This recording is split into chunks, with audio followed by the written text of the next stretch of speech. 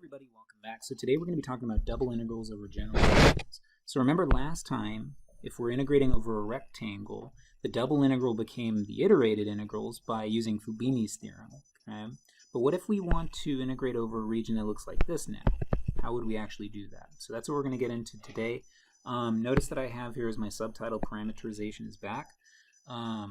Today really has not only a parameterization flavor, but it has a flavor of volumes of solids of revolution. Remember when you took a graph and spun it around an axis and we said compute the volume using shell or washer or disk method? Today is very, very similar. Okay, although we're not doing that, but it does feel the same though. In any case, let's go and get into it. How do we actually compute the double integral over such a region? Okay. Now, really quick, I'm going to put a little asterisk next to what we're doing. I'm not going to get too technical with it. Your book, just to talk about what they're doing. What your book gets into the technicalities by saying, okay, if you want to integrate over this region, first you construct a rectangle that contains this, and then you define this capital F function, which is a piecewise function. That's little f, the function you're integrating, when your points are in the domain and it's 0 outside. Whoops, that should be a D there.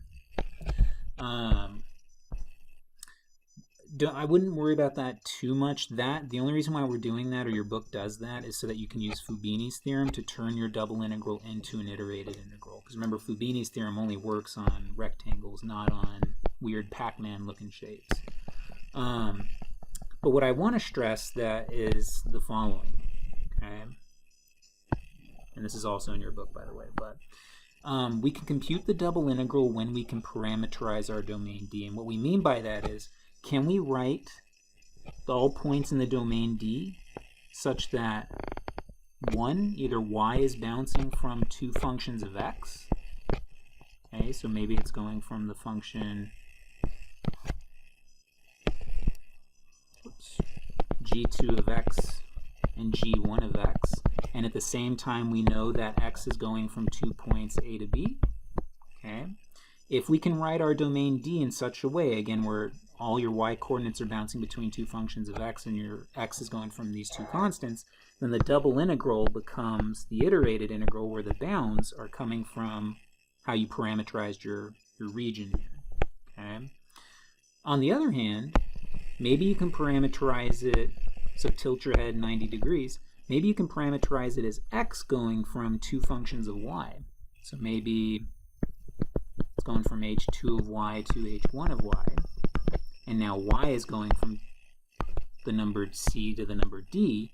Then the double integral in this case would turn into the iterated integral, whose bounds, again, are coming from our parameterization here.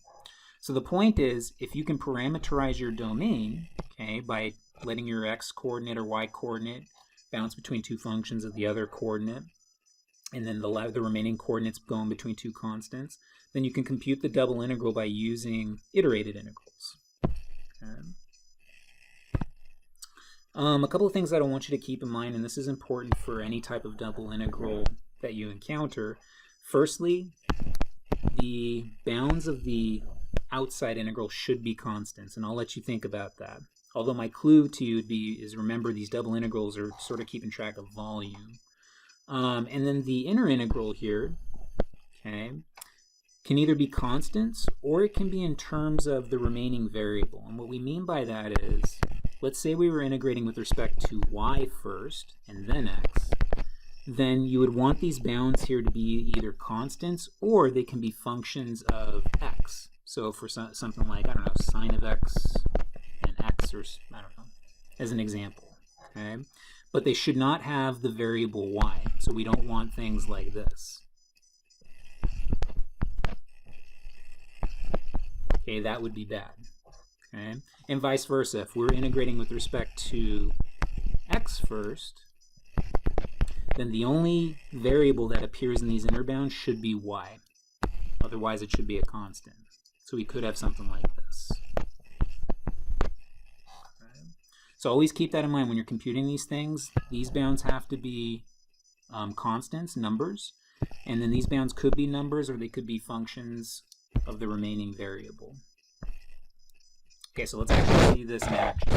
So we're going to compute the following double integral where D is the region whose vertices are given by these 3 points. So let's first draw our region.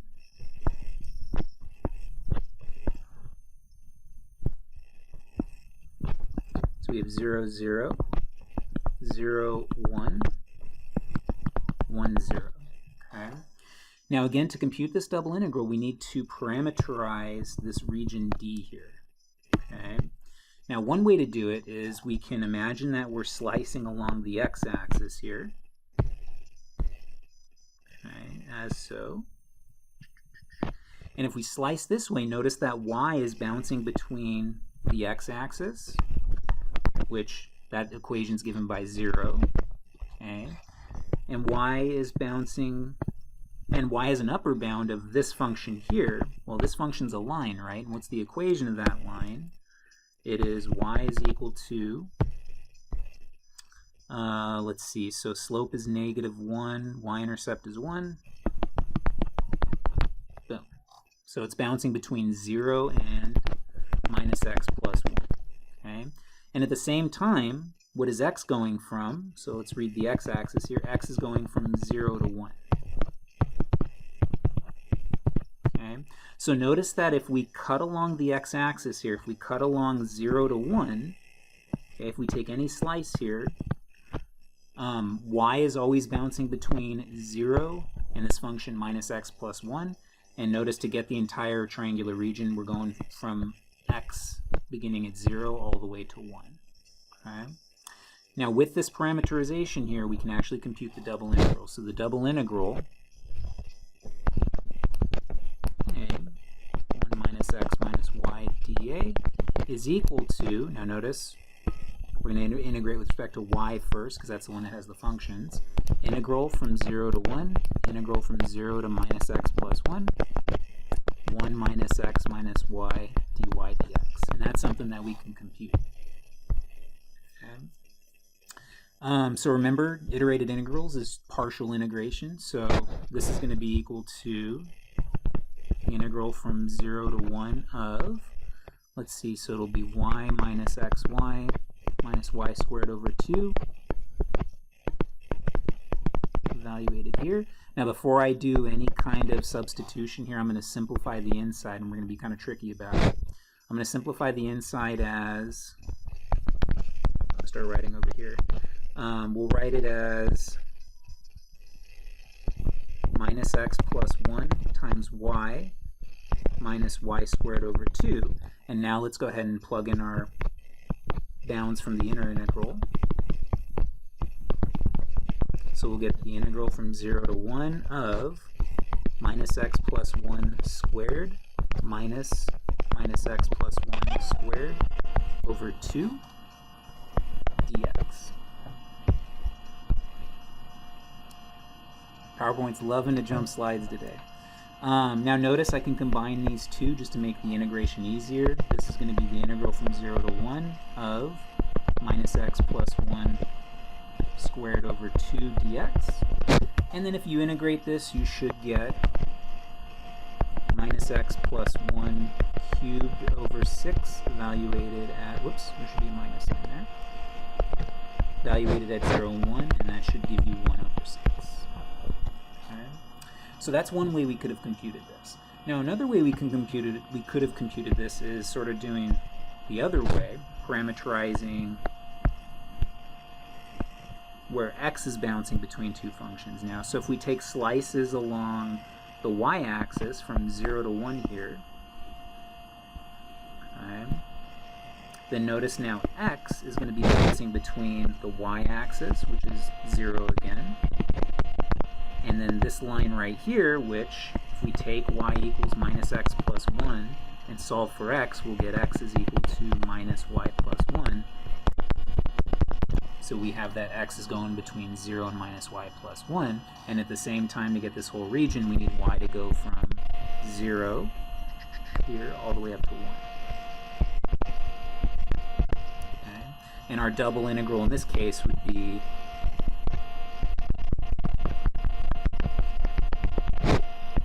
integral from 0 to 1, integral from 0 to minus y plus 1, And now we're integrating with respect to x first, and then y. Okay? And notice we will get the same answer in the end, 1 over 6, because this is essentially the same integral we just computed, except we switched x and y. Okay? So in any case, that's how you integrate a function over another region. You have to parameterize your region, so meaning you have to figure out how are your variables changing, okay, to get every point in that region. And then essentially your double integral becomes an iterated integral, just like Fubini said last time. Okay, so we kind of got into this a little bit with that example, but order of integration is not as simple as it was back with Fubini and rectangles. Remember, with Fubini, you could flip the bounds and then you just flip the integrals and then the bounds sort of transfer over. But in this case, when you have bounds that are functions, you can't just flip the integrals as easily anymore. Okay, so for instance, the integral from 0 to 2, integral from y over 2 to 1 of e to the minus x squared dx dy is not equal to the flip. Okay, notice I just flipped the bounds here. Oops, no, I was supposed to flip my differentials here too. Okay, that's not true, and I want you to think about what would happen if we were to try to integrate this. What would we actually get in the end? Would we get a number? Think about that. But in any case, you can't just flip the order of integration. If you want to flip the order of integration, you have to change your parameterization. Okay. Another thing that you want to watch out for, sometimes you are forced to change the order of integration because you just can't integrate with respect to how it's laid out. So for instance, if I were going to integrate this right here, this is actually impossible to integrate by hand, e to the minus x squared. That's one of those functions that you learn about in Calc 2 that you need an infinite series for. So in this case, what we really want to do is we do want to change the order of integration so we can actually integrate that. Okay? So just be careful of that. When you're actually trying to integrate, we'll try to pick the order that'll make your life easier.